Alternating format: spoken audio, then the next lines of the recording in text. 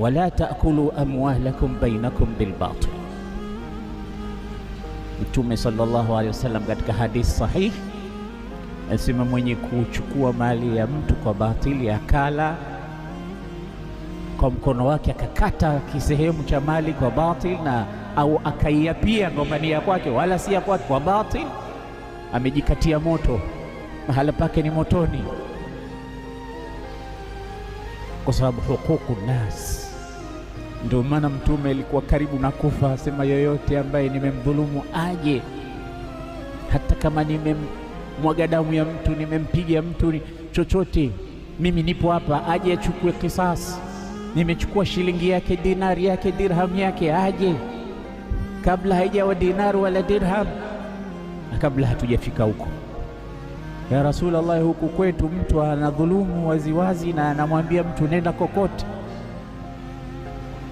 ili shamba ishalichukua, nenda popote utakapokwenda, hii nyumba ishakuwa yangu, hizo pesa mimi nishakurusha, na hakuna chochote kitakachokuwa.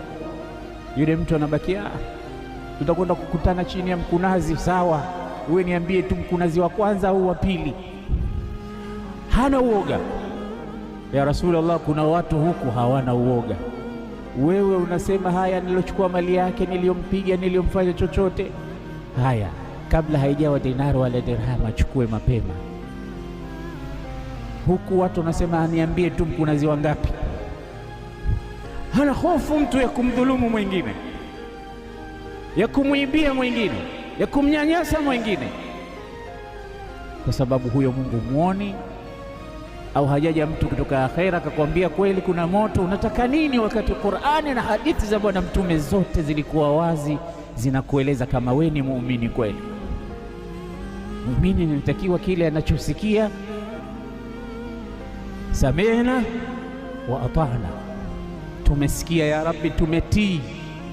Alladhina yu'minuna bilghaibi, ghaib, muumini anaamini ghaib hata kama kitu hajakiona, lakini maadamu kaambiwa na Qur'ani na mtume wake, anajua hicho kipo tu, ni kweli.